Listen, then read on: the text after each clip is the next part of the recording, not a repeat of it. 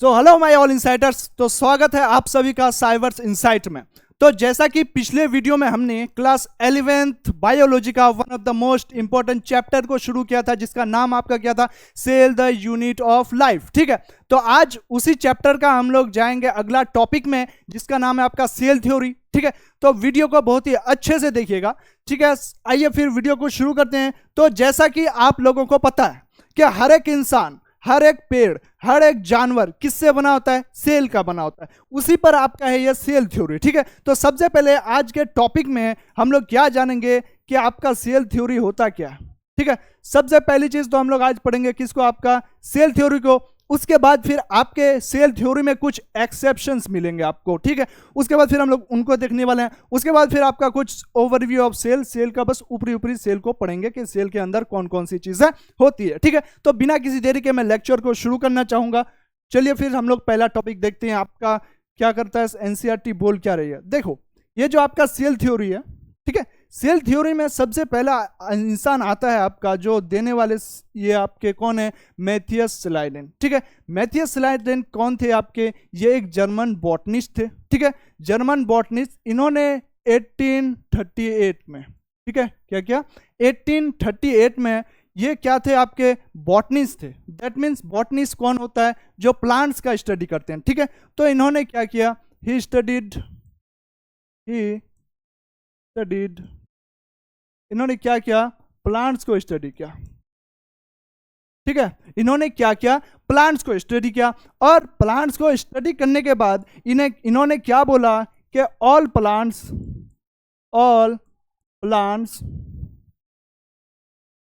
क्या बोला इन्होंने, all plants are made up of, यानी जितने भी सारे प्लांट्स हैं ये क्या होते हैं, डिफरेंट टाइप ऑफ सेल्स। ठीक है, इन्होंने क्या बोला, जब ये जर्मन बॉटनिस्ट मतलब ये जो मैथियस स्लाइडेन थे, इन्होंने जब प्लांट्स को स्टडी किया तो इन्हें क्या मिला, इन्होंने क्या बोला कि all plants are made up of different type of cells, जो कि बाद में फिर आगे चलकर किसका निर्माण करते हैं, आगे चलकर जो टिश्यूज बनाते हैं, फॉर्म टिश्यूज।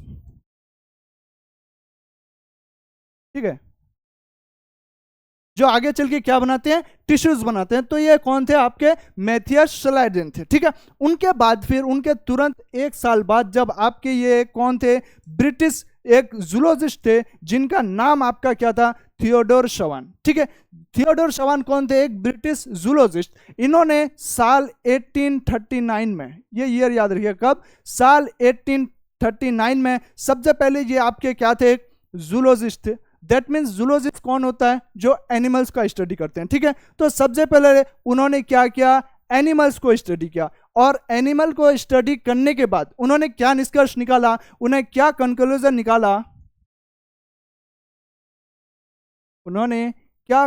निकाला, वो मैं आपको बताना चाहूंगा यहां पे बहुत ही अच्छे से। उन्होंने कहा कि एनिमल सेल्स के अंदर, ठीक है, किसके अंदर, एनिमल सेल के बाहर, एनिमल सेल्स के बाहर एक आउटर लेयर होती है। ठीक है, एक आउटर थिन लेयर होती है, एक आउटर क्या होती है, थिन लेयर होती है।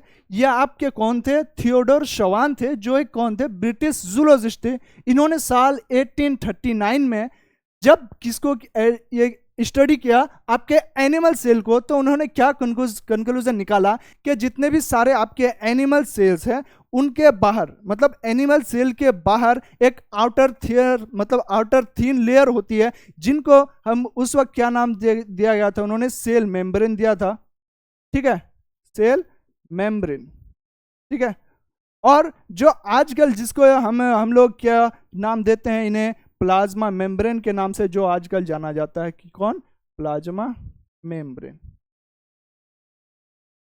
ठीक है, उन्होंने जब प्लांट्स को मतलब एनिमल्स को स्टडी किया तो क्या निकाला कि एनिमल सेल्स के बाहर एक आउटर थिन लेयर होती है जिसको उन्होंने क्या नाम दिया था, सेल मेम्ब्रेन, और जो आज today known as plasma membrane, जो आज किसके नाम से जाना जाता है, प्लाज्मा मेम्ब्रेन के नाम से जाना जाता है। तो सबसे पहले आपके थियोडोर मतलब कौन थे, मैथियस श्लाइडन थे। उन्होंने प्लांट सेल को ये स्टडी किया। प्लांट सेल को स्टडी करने के बाद उन्होंने क्या कंक्लूजन निकाला कि all plant cells are made up of different type of cells, जो कि आगे चलकर फिर क्या बनाते हैं, टिश्यू का निर्माण करते हैं। उनके बाद फिर आए आपके थियोडोर शवान, कब, साल 1839 में, जो एक क्या थे, ब्रिटिश जूलॉजिस्ट थे। इन्होंने क्या किया, एनिमल्स का स्टडी किया और उसमें कंक्लूजन क्या निकाला कि एनिमल सेल्स के बाहर, ठीक है, एक आउटर थिन लेयर होती है, एक पतली सी परत होती है जिसे क्या नाम दिया गया था, सेल मेम्ब्रेन, और जो आज किस नाम से जाने जाते हैं, आपके प्लाज्मा मेम्ब्रेन के नाम से जाना जाता है। तो ये बात आप लोगों को यहां तक क्लियर होना चाहिए।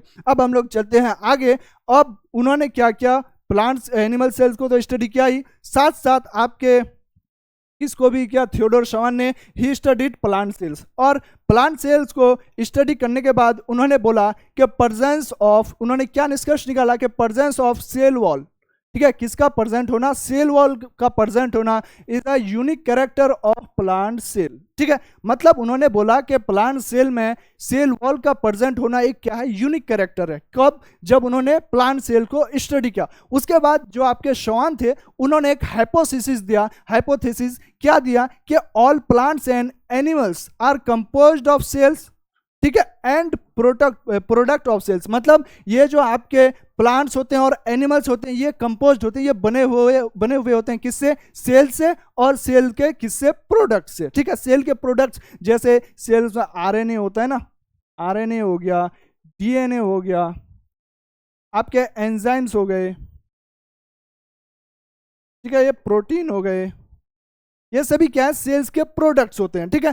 तो जितने भी सारे प्लांट्स होते हैं, जितने भी सारे ये एनिमल्स होते हैं, वो सभी किससे बने होते हैं, सबसे पहले सेल्स के बने होते हैं और फिर किससे बने होते हैं, सेल्स के प्रोडक्ट से ही। तो ये हाइपोथेसिस किसने दिया था, आपके थियोडोर शवान ने, जो कि आप लोगों का यहां तक अच्छे से पता होगा, ठीक है। थियोडोर शवान ने सबसे पहले एनिमल सेल का स्टडी किया, उसमें उन्होंने बताया कि एनिमल सेल के बाहर एक आउटर थिन लेयर होती है। उसके बाद उन्होंने प्लांट सेल का स्टडी किया, जिसमें उन्होंने क्या बताया कि presence of cell wall is a unique character of plant cells. उसके बाद फिर उन्होंने एक हाइपोथेसिस दिया। हाइपोथेसिस में उन्होंने क्या बोला कि all plant and animal cells are composed of, यानी जितने भी प्लांट्स होते हैं और पेड़ पौधे होते हैं और एनिमल्स होते हैं, ये सभी किसके बने होते हैं, सेल्स के बने होते हैं और सेल के प्रोडक्ट्स के बने होते हैं। ये बात आप लोगों को यहां तक क्लियर हो जाना चाहिए, ठीक है। अब आपका बारी आता है, थियोडोर शवान और मैथियस श्लाइडन ने जब सेल थ्योरी को फॉर्मुलेट किया, जब सोच विचार करके बनाया और साइंटिस्ट के सामने प्रेजेंट किया,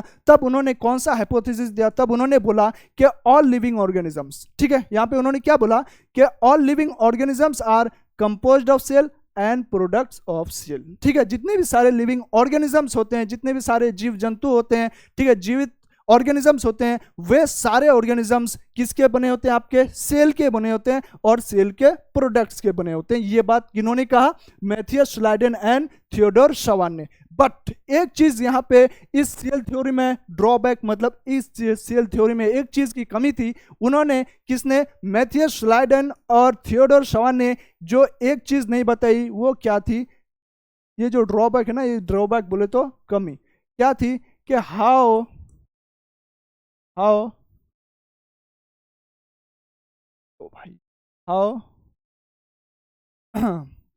न्यू सेल्स और न्यू सेल राइजेस। ये सेल थ्योरी में ये बात उन्होंने नहीं बताया था कि नए सेल का निर्माण होता कैसे। उन्होंने ये तो बता दिया कि जितने भी सारे लिविंग ऑर्गेनिजम्स होते हैं वो आपके किसके बने होते हैं, सेल से बने होते हैं और सेल्स के प्रोडक्ट के बने होते हैं, ठीक है। ये बात उन्होंने बता दी, लेकिन ये बात उन्होंने नहीं बताया कि नए सेल का निर्माण होता कैसे, जो सेल नया एक बनता है वो फिर बनता कैसे, ये बात उन्होंने नहीं बताया। तो ये आपका क्या था, सेल थ्योरी का एक ड्रॉबैक था। ड्रॉबैक क्या था, it didn't explain how new sales arises. बात को समझे, ये बात आप लोगों को यहां तक क्लियर हो जाना चाहिए, ठीक है।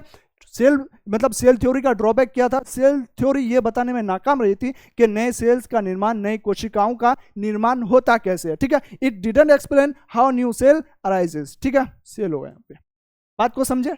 अब फिर चलते हैं आगे और मॉडिफिकेशन पढ़ते हैं कि सेल थ्योरी में मॉडिफिकेशन किया गया जब। अब क्या किया सेल थ्योरी में? क्या थी? सबसे पहले ड्रॉबैक थी, कमी थी। उस कमी को पूरा करने के लिए आए हमारे कौन? रुडोल्फ विर्चोव साहब। कौन आए?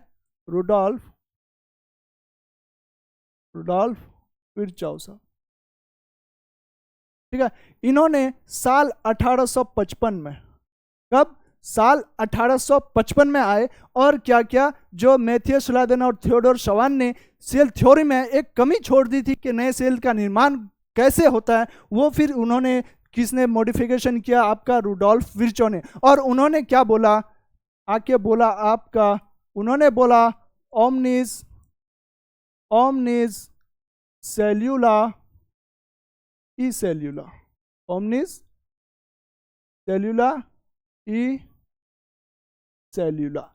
दैट मीन्स, इसका मतलब क्या होता है? इसका मतलब होता है आपका ऑल न्यू सेल्स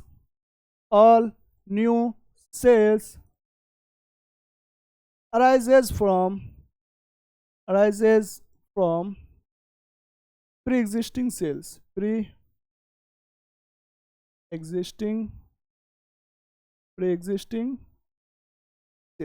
ठीक है। ये किसने कहा? आपके रुडोल्फ विर्चोव ने। कब कहा? साल 1855 में। क्या कहा? ओमनिस सेल्यूला ई सेल्यूला। ये एक लैटिन फ्रेज है जिसका मीनिंग आपका क्या होता है कि ऑल न्यू सेल्स, मतलब जितनी भी सारी नई कोशिकाएं बनती है वो पहले से उपस्थित कोशिकाओं से ही बनती है। कैसे बनती है? तो बाय डिवीजन, ये भी याद रखना, ठीक है।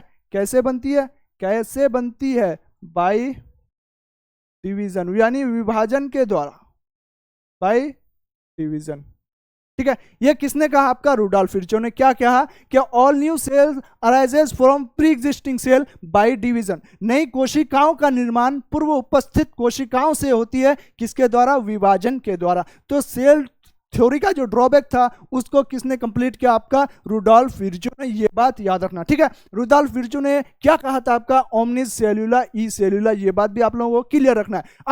अब जो आपका ये जो था सेल थ्योरी, उसको एक क्या दिया गया? आपका फाइनल शेप दे दिया गया, ठीक है। फाइनल शेप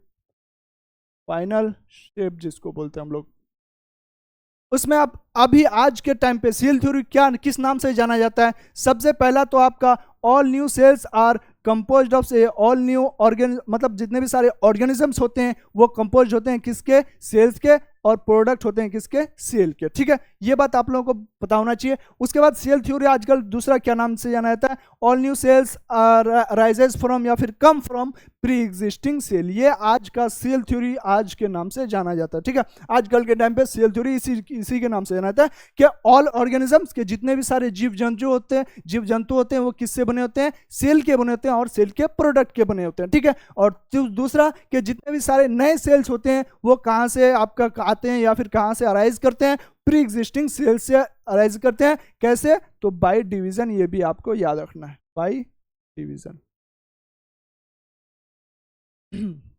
ठीक है। ये बात। अब सेल थ्योरी में एक्सेप्शन, अब सेल थ्योरी का एक्सेप्शन कौन होगा? जिसके पास सेल नहीं होगा। सेल किसके पास नहीं होता? आपके वायरसेस के पास। वायरस क्या करते हैं? आपके नॉन लिविंग ऑर्गेनिज्म, मतलब वायरसेस के पास सेल नहीं होता। ये होस्ट के सेल के अंदर जाके फिर अपने काम को करते हैं, ठीक है। तो सेल थ्योरी का जब आपको एक्सेप्शन पूछे तो याद रखना ये वायरसेस हैं, वायरॉइड्स होते हैं, ये सभी आपके क्या है? सेल थ्योरी के कुछ एक्सेप्शंस हैं जो कि आप लोगों को याद रखना है, ठीक है। तो ये था आज हमारा क्या? Cell theory. उम्मीद करता हूं कि ये जो सेल थ्योरी है आप लोगों को बहुत ही अच्छे से समझ में आया होगा, ठीक है। अब हम लोग चलते हैं हमारा अगला टॉपिक की ओर।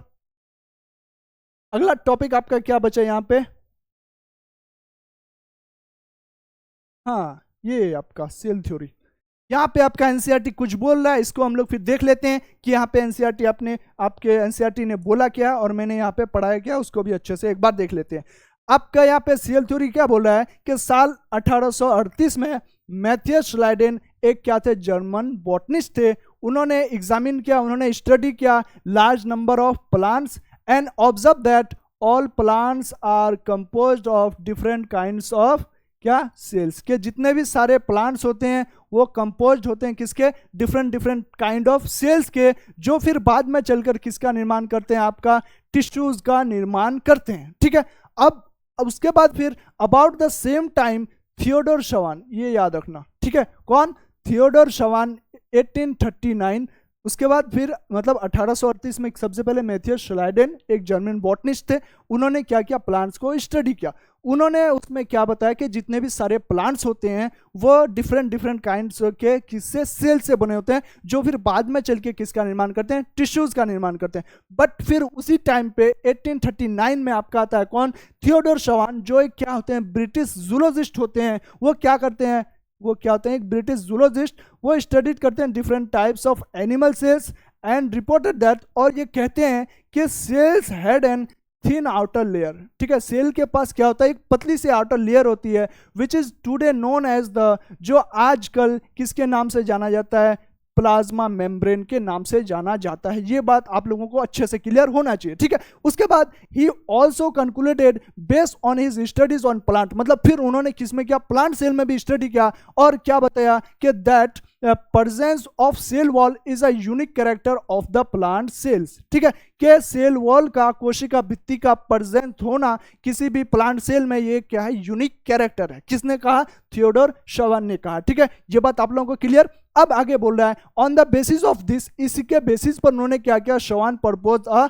हाइपोथेसिस, उन्होंने एक हाइपोथेसिस प्रपोज किया। इसमें उन्होंने क्या बोला कि the bodies of animals and plants are composed of cells and products of cells, के जितने भी सारे एनिमल्स हो गए या फिर प्लांट्स हो गए, उनका जो बॉडी बना होता है किससे बना होता है, सेल से बना होता है और सेल के प्रोडक्ट से बना होता है। ये बात आई होप आप लोगों को अच्छे से क्लियर हो चुका होगा। अब फिर आगे यहाँ पे क्या बोल रहा है आपका, Schleiden and Schwann together formulated the cell theory, मतलब श्लाइडेन ने और शवान ने दोनों ने किसको किया, सेल थ्योरी को फॉर्मुलेट किया, और उसमें उन्होंने क्या बोला कि this theory however didn't explain how new cell were formed, मतलब सेल थ्योरी जो थियोडोर शवान एंड मैथियस श्लाइडेन ने प्रपोज किया था, यानी फॉर्मुलेट किया था, उसमें एक क्या रह गई थी, आपकी कमी रह गई थी। क्या रह गई थी कि उन्होंने तो ये बता दिया कि जितने भी सारे लिविंग ऑर्गेनिजम्स होते हैं वो आपके किसके बने होते हैं, सेल्स के बने होते हैं, और सेल प्रोडक्ट्स ऑफ सेल के बने होते हैं। ये बात उन्होंने अच्छे से बता दी, सबको समझ में आएगा। ठीक है, बट जो सेल थ्योरी था एक चीज बताने में नाकाम रहा था कि हाउ न्यू सेल्स अराइजेस, मतलब नई कोशिकाओं का निर्माण कैसे होता है। आगे आपका एनसीईआरटी बोल रहा है, रुडोल्फ विर्चोव यानी 1855 में फर्स्ट एक्सप्लेन, पहली बार उन्होंने बताया कि that cells divide and new cells are formed from pre existing cells. ठीक है, कौन, रुडोल्फ विर्चोव ने पहली बार बताया कि सेल क्या करते हैं, डिवाइड करते हैं और न्यू सेल का निर्माण करते हैं। किससे, फिर प्री एग्जिस्टिंग सेल से, यानी उन्होंने क्या बोला था, ओमनिस सेल्यूला ई सेल्यूला। उसके बाद फिर आपका एनसीईआरटी बोल रहा है, he modified the hypothesis of Schleiden and Schwann to give the cell theory a final shape. उन्होंने श्लाइडेन एंड शवान के मतलब जो सेल थ्योरी जो उन्होंने दिया था उसको मॉडिफाइड किया और उसको फाइनल शेप दिया। Cell theory as understood today as, क्या नाम से जाना जाता है, all living organisms are composed of cell and products of cell. जितने भी सारे लिविंग ऑर्गेनिजम्स होते हैं वो कंपोज्ड होते हैं या मेडअप होते हैं किससे, सेल से और प्रोडक्ट ऑफ सेल से। उसके बाद आपका अगला है, all cells arises from pre existing cells by division. जितने भी सारे न्यू सेल्स का जो फॉर्म होता है वो कैसे होता है, प्री एग्जिस्टिंग सेल से होता है बाय डिवीजन के द्वारा। तो ये था आपका सेल थ्योरी। उम्मीद करता हूँ ये जो आपका सेल थ्योरी था ये बहुत ही अच्छे से आप लोगों को समझ में आ गया होगा। ठीक है, अब फिर हम लोग अगला टॉपिक देखते हैं। कुछ टॉपिक्स हैं क्या आप लोगों के पास?